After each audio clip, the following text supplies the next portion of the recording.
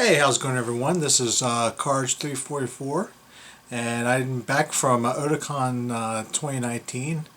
I usually do this video as soon as I get home, but running on 8 hours of sleep for 4 days, I immediately took a 2-hour nap, woke up for another hour, and then slept for another 11. Good thing I had the day off. Well, this was Otakon 2019, actually their 25th anniversary.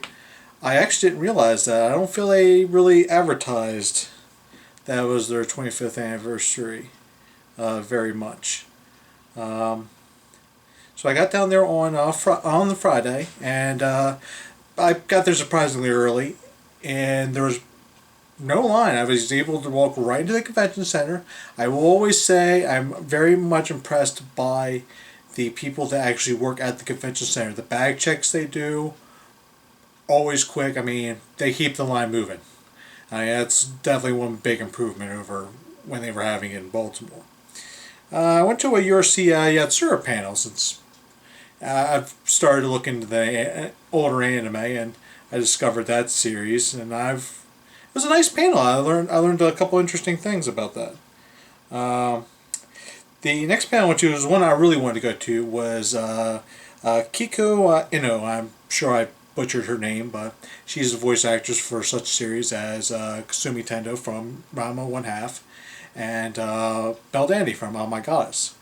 I had a poster of Belle Dandy, and I was hoping to get her autograph. It was a really good panel. I didn't realize her daughter was also a voice actress. Matter of fact, they even worked parts together. It was real nice. It was all a Q&A, and I gotta say, some people asked some really good questions. It was usually fan Q&As have been kind of cringeworthy in the past, but all the questions and some people asked were very insightful and very interesting. The only thing that was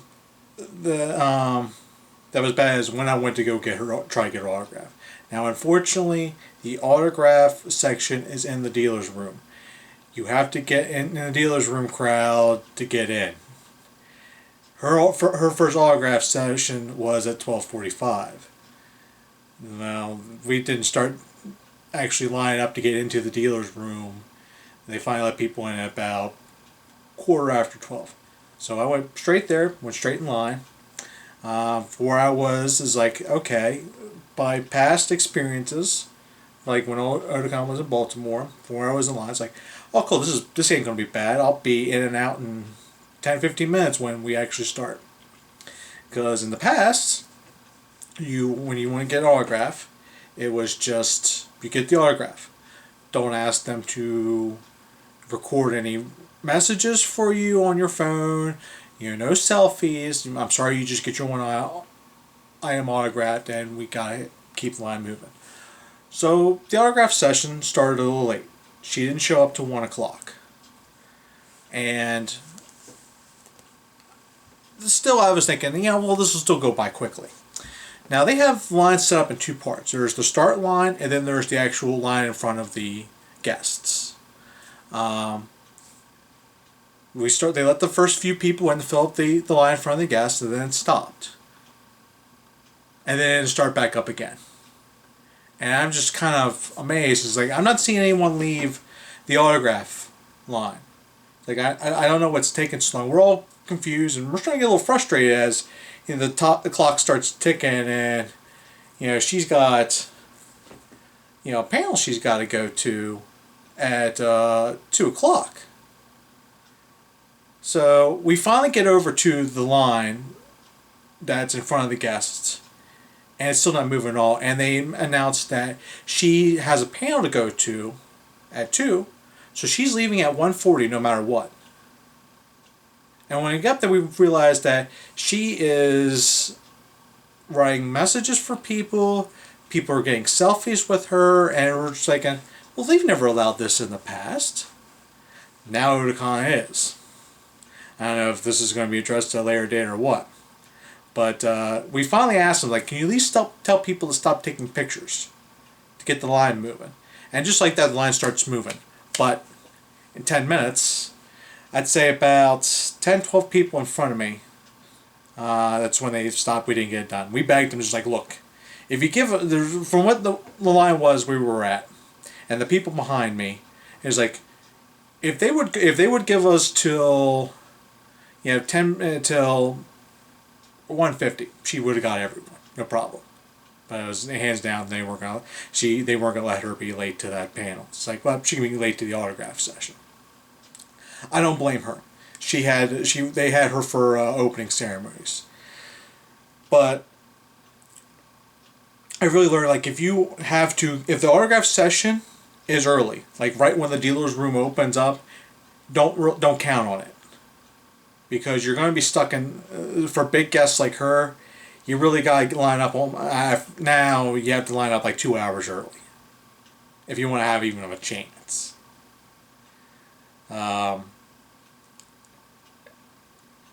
If they don't make it so like you can't get pictures taken with the guests, just like try to keep it going.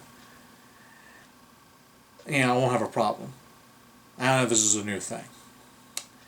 So I wandered around the dealer's room, and I noticed, one thing is, I will tell you one thing is, companies like Viz, Animeplex, they didn't have a booth. Big companies, some of the other bigger anime companies, they're not coming anymore. They got the New York Comic Con, you got, the Anime Expo out in California going on at the beginning of the month. The July calendar is just too full. They're not coming. I was hoping Good Smile would be there. No Good Smile booth either. So on the plus side, I saved a lot of money in the dealer's room, because a lot of the dealers I spent my money on, they didn't bother to show up. So I decided I wandered around. The next autograph session I went to was for Kari Walgi. She, Fully Cool is one of my favorite animes. I bought Hiroko Pop to get her autograph. And I got there good and early. I got there an hour early, thinking, okay, well, I want to make sure at least I get this autograph. Same thing again, line not moving at all. We finally, I'm at the point now where I'm standing in line for 2 hours. And at this point I'm standing because of spite. Because, like, I've been here this long, I'm getting this damn autograph. We get up to the section where it's in front of her booth, and we find out, I see she's got piles of prints, and she's got another woman with her, and find out she is selling prints, extra autographs, and photos. Now since she doesn't have any panels later that night, she ended up staying there the entire time. So I got my autograph. I just had to wait 2 hours and 45 minutes for it. And it's like, I spent all Friday in autograph lines, basically. And so Friday left me with a really bad taste in my mouth. I ended the night going to the AMV contest, which was fantastic. They really had some good AMVs this year. I was really impressed. After that, I just called it a night and went home. So Saturday comes here, I get in early again. A few more things I want to do Saturday, but I made sure, like, I'm not going to any autograph lines. I'm done with autographs. That was just killed my day. It was a good thing I had my phone with me and I had it fully charged.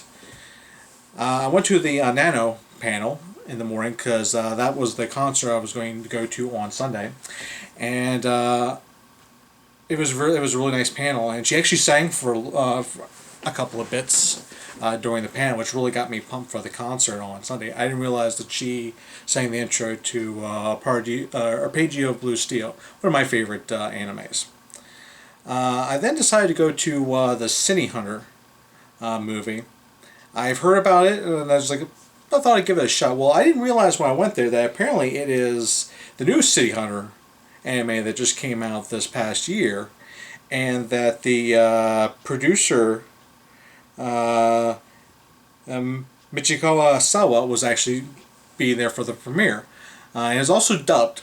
That's another surprise. It's done by Discotheque, and they actually announced that they had finished the dub last week. And it's like now they're just doing some tweaking before they do the final release, which will be in at the beginning of 2020, they said.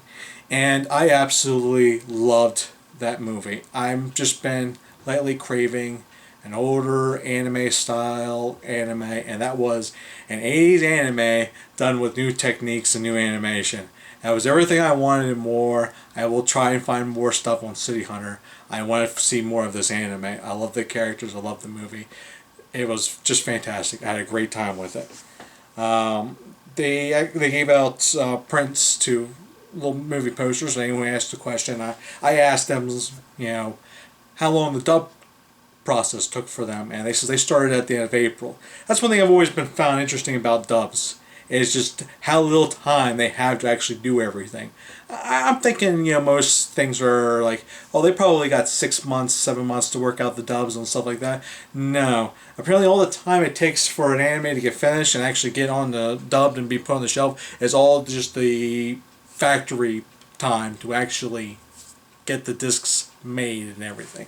The actual time for dubbing work and production is actually very small. Most places I've asked has been like it's a month or two. It's how long it takes them to get all the dubbing and everything done. I decided I went back down to the dealer's room for a few minutes and just decided I'm just curious because the producer was having his autograph session right after. Like, I wonder how long line for this. Like, he had no line. I couldn't believe it. So I got him to sign the print. And I was like, okay, this is... I told him he actually wanted to do a series. They only let him do a movie. Because he also produced the original City Hunter. I told him, like, I hope you get another movie or full series because this was fantastic. Yeah, that seemed to make him happy. This is where my Saturday got really angry. So...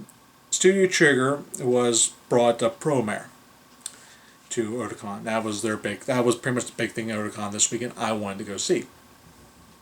Lineup for this started on the schedule at 4:30. So I made sure I got there at 4:30. I get up the escalators to the 3rd floor level with ballroom where they're going to be promoting. And as soon as I get up there, a staff member tells me, you have to leave. We're already capped. I asked, how can you cap when right now is the lineup time? I'm actually a couple minutes early. It's like, these people, they've been starting to line up at around 9 o'clock. And they already filled it. So you're telling me that you allowed people to pre-line the pre-line, and it already filled up. And I'm looking at the people that are sitting down, lined up, and waiting to get in. Because seating's at 5:30, the show starts at 6. And I'm thinking, these people aren't going to fill up the room. I've been in that room. The room's huge. I'm saying this is probably more than half, but yeah, there's going to be more than room.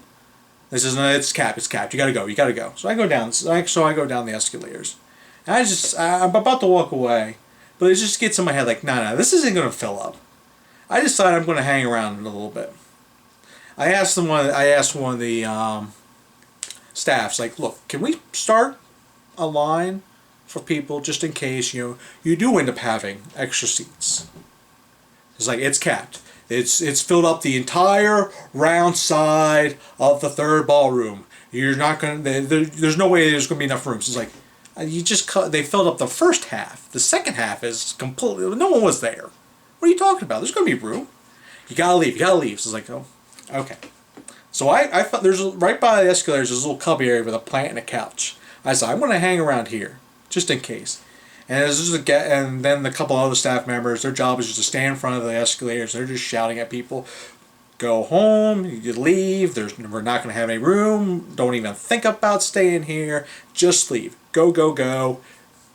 You're not going to go see it. The people have been lined up since noon, 9 o'clock. Give up. So at about 5:30, quarter after 5 actually, they start moving people into the room.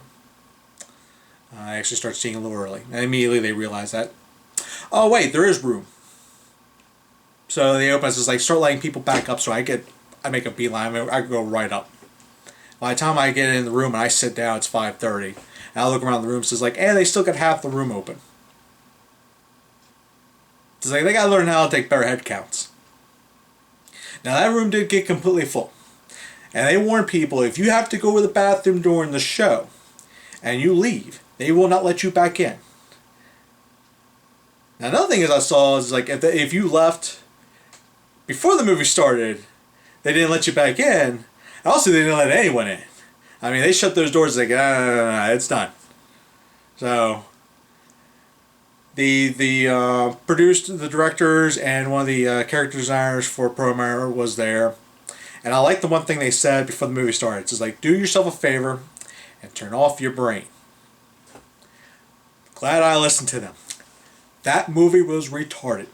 It was one of the dumbest plot movies I have ever seen. God damn, it was fun though. I enjoyed the action. I enjoyed myself. That was a great movie. I will buy it on Blu-ray as soon as it comes out. So if you have a chance to see it when it comes out in theaters in September, I highly recommend going to see it. I stayed afterwards for the panel. They did a panel for it right afterwards. And they actually, one of the best things they did was, so they had 2 art cards. Hand drawn. I forget what the little square cards are where they do artwork on.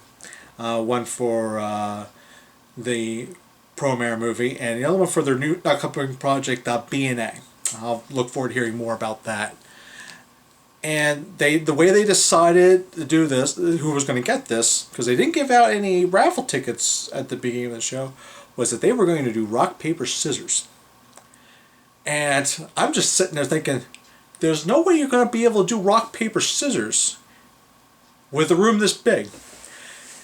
So the rule was, if you tied, you sat down. If you lost, you sat down. If you won, you stayed up for the next round.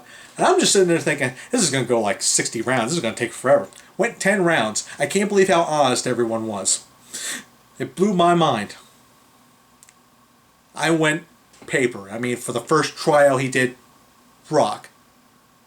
So I just figured, sometimes there's that reflex. I did paper. That was double my part. So I went out in the first round. But that was amazing. Good way to end the night. The rest of the night I just kind of wandered around, went to the game room, played some Soul Calibur.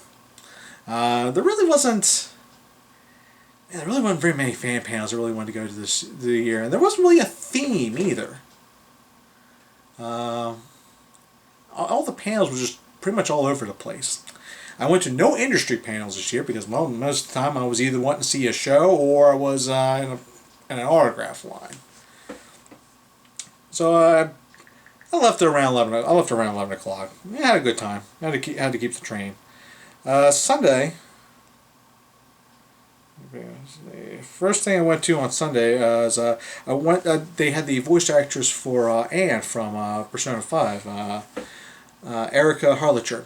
I decided, it was early, but Sundays there really isn't that many people there, so let me just see. I show up, line is full. I said, I'm not even trying it. Went and wandered around a little bit, then went to my seating for Diana Garnett and Nano, which was a great Sunday concert. I always enjoy going to the Sunday concerts. That's how I end the day. I usually go to the AMV contest, and then I do the concerts. Well, I decided to see the AMV contest on Friday night because there really wasn't anything I wanted to do Friday night.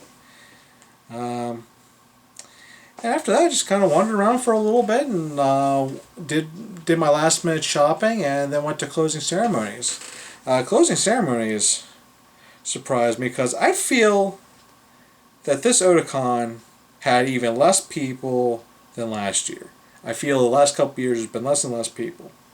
I was really surprised to see their numbers actually jumped up by a huge amount. Actually, this year's attendance was at 28,472 as of right now. And that number will probably go up. And it's like, with the exception of the autograph fiasco and the movie fiasco, you really don't see it. It doesn't feel like there's that many people. And that's why I guess it's one of the benefits for the bigger convention center. I had a decent time at this Otakon. I had a much better time than I did last year, despite my couple of problems. I give it a 6 out of 10 because there was stuff I enjoyed. The Promare movie, the concert, the AMV contest, my top 3 things for the weekend. But I mean, there's like, they're just, there really wasn't a theme. Panels were just all over the place. I just didn't, nothing really grabbed me this year. I don't know. I just, Otakon just like they've taken a step forward on some things and taken 2 steps back on others. And with it being in July, they're just having trouble getting, big guests and other companies to come out there because they're too busy with New York Comic Con and Anime Expo. I'm starting to think that maybe taking a break from Otakon. And if I go next year, I might just go down for a day. I've been going for 10 plus years now. I almost feel like I gotta go. But the last couple of years, it's just been kind of, last year was just, it's just been meh. It really just hasn't been enough to really grab me. Well, that's pretty much all for my report. I'll have this video posted, and I'll also have a video of me just wandering around on Saturday. If you guys want to see what some of the cosplayers, what the convention center looks like. But that's all for this year. Maybe I'll do a video next year. Goodbye, everyone.